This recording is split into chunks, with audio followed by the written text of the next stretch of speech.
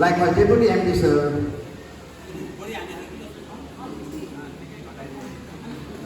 And Nathan sir, Kamal sir. Kindly join us here, sir. Join us.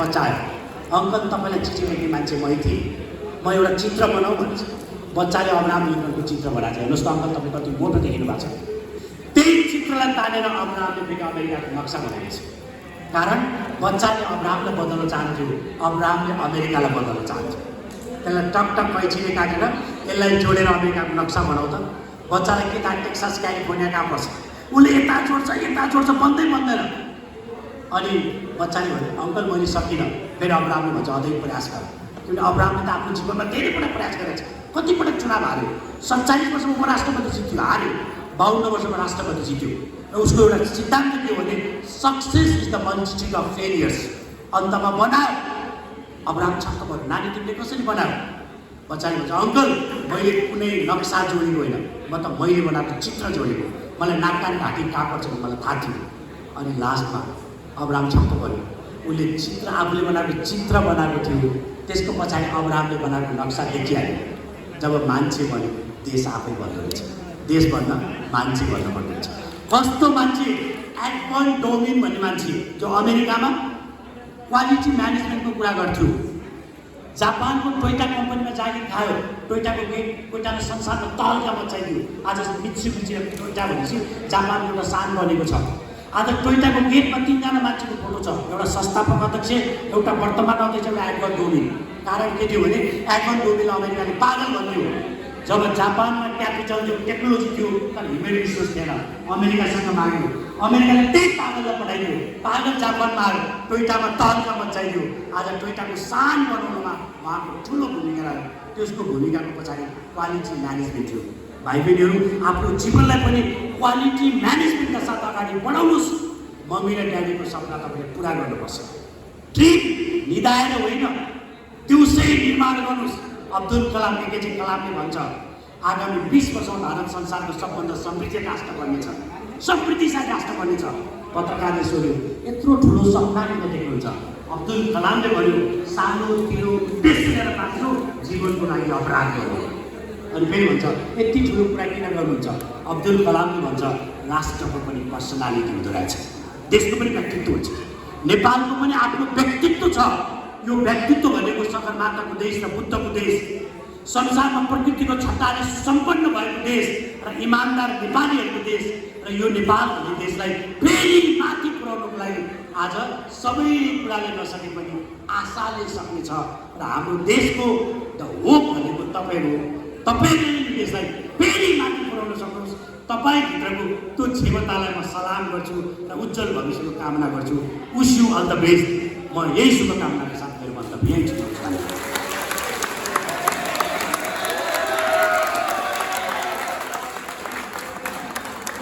तपाईँहरूको यात्राको सारथी बन्न हामी तयार छौँ यो 2 वर्षको समय र भर्खरै आज हामीले यहाँ कक्षा 12 उत्तीर्ण गरेका विद्यार्थीहरूलाई पनि देखेका छौँ, यहाँ टपरलाई पनि ल्याएका छौँ। 11 को तपाईँको डे फर्स्टबाट तपाईँहरूको यात्रामा सफलता भन्नको पछाडि अनुशासन छ। सफलता पछाडि तपाईँहरूलाई एक दिनको मेहनतले सफल बनिँदैन। एउटा किसानले धान रोप्नको लागि पहिला बिउ सर्छ, जोत्छ, गोडमेल गर्छ र बल्ल त्यसको उत्पादनको एउटा आफूले खोजे अनुसारको उसले प्रतिफल पाउँछ। एक दिन कसिएर यो बन्ने कुरा होइन। तपाईँले एक दिनको मेहनतले केही पनि बन्दैन।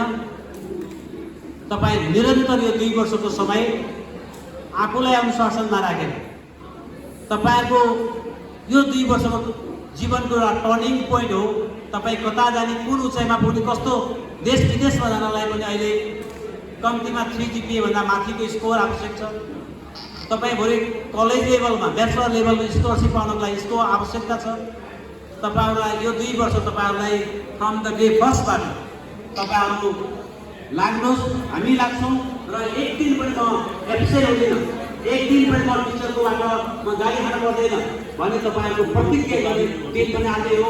अहिले केही समयपछि हाम्रो प्रिन्सिपल सरले यसलाई शपथ खुवाउनुहुनेछ। तपाईँहरूको शपथ अनुसार तपाईँ अगाडि बढ्नु भने तपाईँको बुवा आमाले देखेको सपना, तपाईँको सपना, तपाईँको इष्टमित्रले देखेको सपना र यो राज्यले देखेको सपना पुरा हुनेछ। फ्रम द डे फर्स्ट तपाईँहरू यो अनुशासनपूर्वक अगाडि बढ्नुहोस्, यो शुभकामना व्यक्त गर्दछु। तपाईँहरूलाई सँगै रहने दिन अझै बाँकी छन्, सँगै हामी यो 2 वर्ष रहनेछौँ।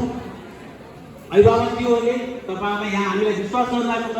तपाईँको विश्वासलाई परिणाममा निकाल्नको लागि, विद्यार्थीहरूको सपनालाई पुरा गर्नको लागि हामी हाम्रो टिमका सबै साथीहरू प्रतिबद्ध रहने प्रतिबद्धता जाहेर गर्दै तपाईँहरूको उज्जवल भविष्यको, सुखद भविष्यको आगामी 2 वर्ष एकदमै सुखमय रहौँ, उपलब्धिमूलक रहौँ, परिणाममुखी रहौँ भन्ने शुभेच्छा व्यक्त गर्दै बिदा हुन्छु। धन्यवाद। नमस्कार।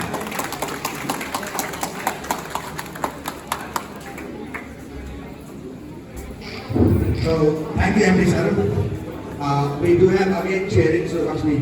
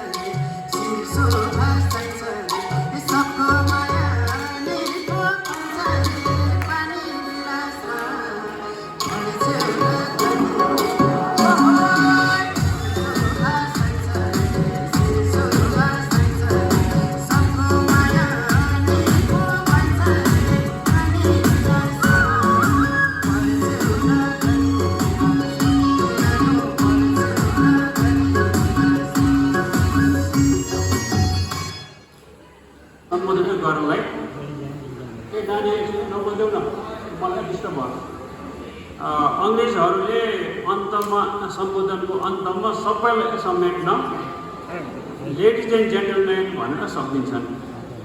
तर यो अङ्ग्रेजले बनाएको यो सम्बोधनसँग मेरो पूर्ण रूपले असहमत छ। किनभने लेडिज एन्ड जेन्टलमेन भन्दाखेरि पुरुषहरू चाहिँ जेन्टल रे, लेडिजहरू चाहिँ नट जेन्टल, यो मलाई स्वीकार्य छैन। यस कारणले मेरो असहमत छ। मैले मेरै आफ्नै प्रकारले बनाएको छु। त्यो यस प्रकार छ, जेन्टल लेडिज एन्ड जेन्टलम्यान। मलाई मेरो सोची शेरबहादुर गुरुङले 2-3 दिन पहिला फोन गर्नुभयो। म काठमाडौँमा बस्ने मान्छे, उहाँले आउनुहोस् न भनेर भन्नुभयो। म हिजो आइपुगेँ।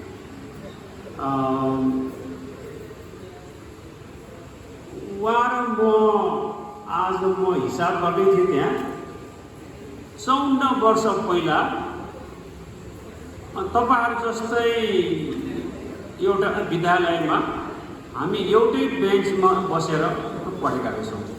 54 आफ्नो नाम भन्नु होला।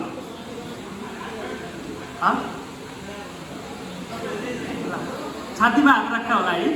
हुन्छ है त, छातीमा हात राखेर म लिटिल स्टेप माध्यमिक विद्यालयको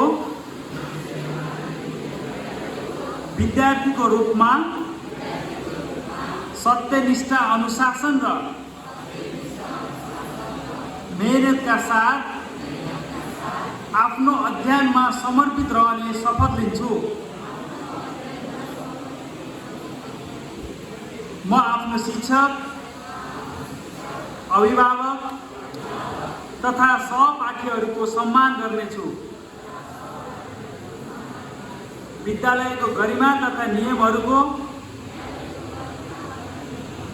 पूर्ण पालना गर्नेछु।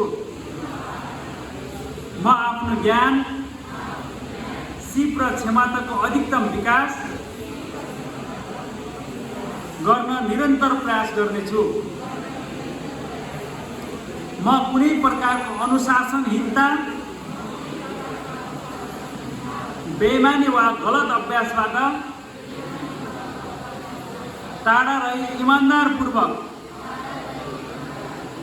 अध्ययन गर्नेछु। म विद्यालय र समाजमा सकारात्मक योगदान दिने जिम्मेवार विद्यार्थी बन्ने प्रतिबद्धता व्यक्त गर्दछु। म परिश्रम, लगनशीलता र आत्मअनुशासनलाई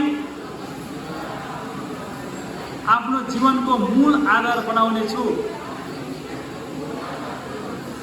यस शपथ सहित म एक सक्षम, जिम्मेवार र असल नागरिक बन्ने प्रतिज्ञा गर्दछु। ल, तपाईहरुलाई धेरै धेरै धन्यवाद है त। What I want to say is, be very honest towards your studies, maintain your discipline, your everything, whatever is needed for a student, okay? You know what is needed for a student? Discipline, isn't it? You have to respect your elders and love your young ones. That's the main discipline. Whenever you come to school, you reach the school gate, just think, I'm in the school, I'm entering the school compound, and I have to maintain the discipline, whatever I was told, and just few minutes before you have taken promise, oath, isn't it? So remember that oath and work over it. Okay? Nothing is impossible. Everything is impossible. Everything is possible if you step forward. Okay? So education, you know, in this moment, in this age, education is very important. Without education, no one can survive. With education only, by taking education only, people have gone up, isn't it? So you have passed your SLC. So I would like to congratulate you because you have crossed the Ardent Gate, which was told before also, and now also many of us believe in that SEE is the Ardent Gate. Okay? So the gate is open. Now you have to move forward. And how you have to move, you know that. Okay? Little Step. It's running in 44 years. It's a very old school.